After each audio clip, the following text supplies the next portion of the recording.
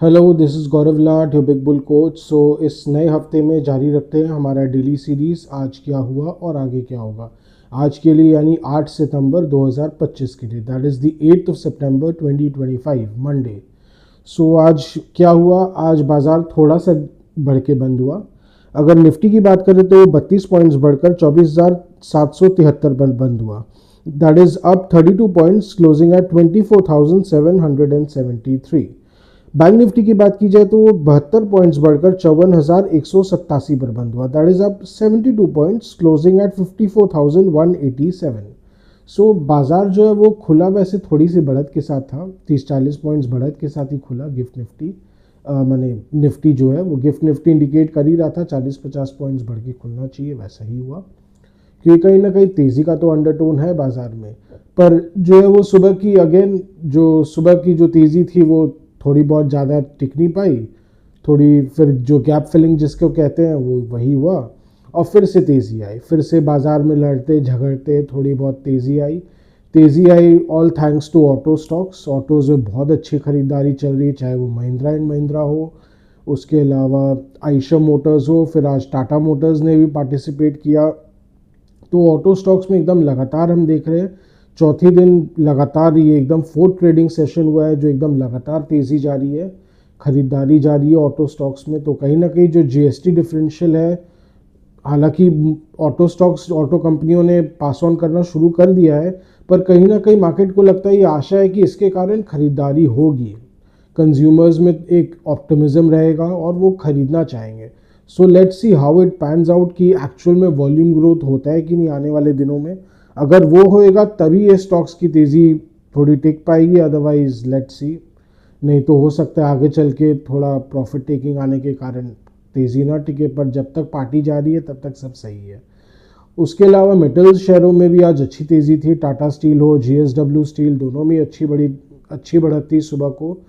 Finally एक breakout pattern देखने को मिल रहा है। आज हमने पहले भी बोला था टाटा स्टील का जो स्टॉक है वो एक ब्रेकआउट पैटर्न दिख रहा है, एक medium to long term breakout pattern दिख रहा है।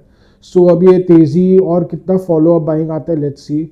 One of the main triggers for this current तेज़ी in metal stocks is because of China continuously ये चेष्टा कर रहा है कि जितने भी आउटडेटेड कैपेसिटीज़ है, ओवर कैपेसिटीज़ है, वो सबको बंद किया जाए। जो आउटडेटेड स्टील मिल्स हैं वहाँ के सबको बंद किया जाए।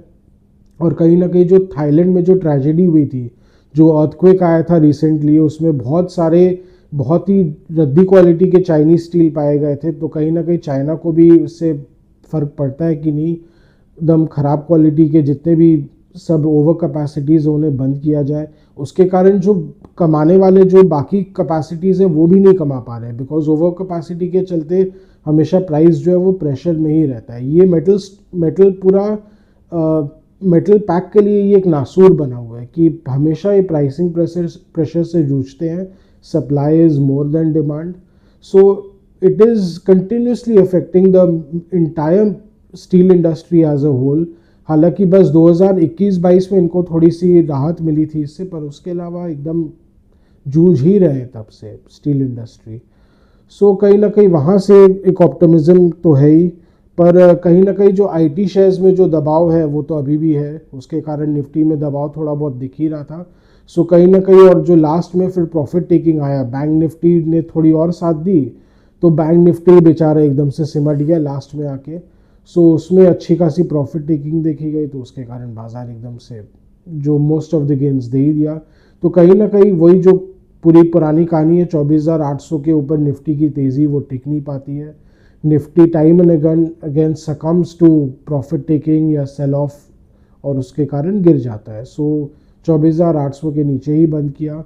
पर ऐसे ही लग रहा है जो क्रॉलिंग करते करते धीरे धीरे एक लड़खड़ाते हुए बच्चे की तरह जो नए नए चलना सीख रहे हैं, सो वैसे ही लग रहा है उसकी तरह ही बाज़ार 25,000 की ओर बढ़ने की कोशिश कर रहा है। तो ठीक है, जो जैसा है वैसा सही है, पर कहीं ना कहीं बाज़ार में अभी जान नहीं है, मोमेंटम की बहुत कमी है। एक तो एकदम साफ दिख रहा है कोई न्यूज़ रिलेटेड मोमेंटम आए, या हो सकता है इंडो यूएस जो ट्रेड टेंशन्स चल रहे हैं अगर वो कम जाए, कहीं वहाँ से अगर कुछ गुड न्यूज़ आए, तब डेफिनेटली बाज़ार के लिए बहुत पॉजिटिव ट्रिगर रह सकता है।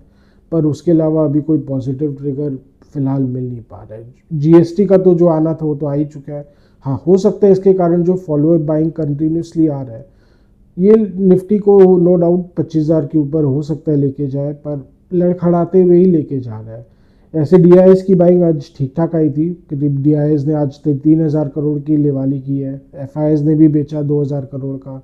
सो कहीं ना कहीं जो नेट नेट जो ऑपरेटर सेलिंग आ रहे हैं बढ़े हुए लेवल्स में, तो वो बाजार के लिए एक प्रॉब्लम है, वो एब्जॉर्ब हो जाएगा तो बाजार थोड़ा बढ़ना चाहिए। पर अगेन जैसा कि हम पहले भी बोलते हैं, upside still is very limited because of valuation pressure, और उसके अलावा आईटी शेयर्स में जो प्रेशर है वो भी बाजार को बहुत प्रॉब्लम में डाल सकता है।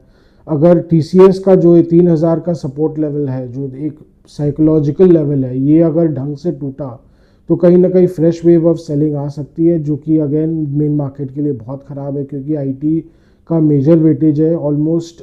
इनफैक्ट आईटी स्टॉक्स जितने भी आप मिला लें, ऑलमोस्ट 8 to 10% का वेटेज होता है उनका निफ्टी में। सो कहीं ना कहीं वो तो निफ्टी को इफेक्ट करेगा ही करेगा, जो अपसाइड है उसको हमेशा दबाव में रखेगा।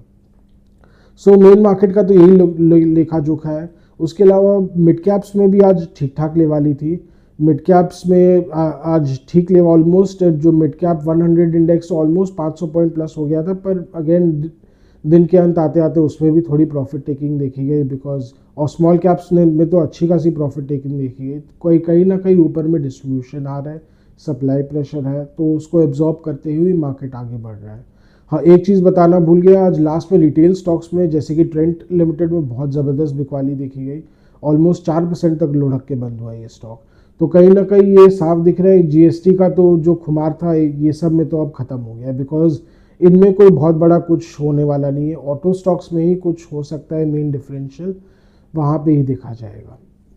सो लेट्स सी बाज़ार क्या करता है, पर फिलहाल बाज़ार में बहुत कुछ है नहीं। सो हम आज अपना डेली सीरीज़ आज यहीं तक रखते हैं। आशा कर रहे हैं कि आपको हमारी डेली व्लॉग्स अच्छी लगे। Do like, share and subscribe to our channel. Do hit the bell icon for regular update on our videos. आपको कोई भी व्यूज़ एंड क्वेरीज हो, सजेशंस हो, please comment on our videos. It helps us really improve our content. और आपको अगर कोई stock specific views या क्वेरीज हो तो again comment on our videos, we will get back to you. We will help you in any way possible we can. Thank you.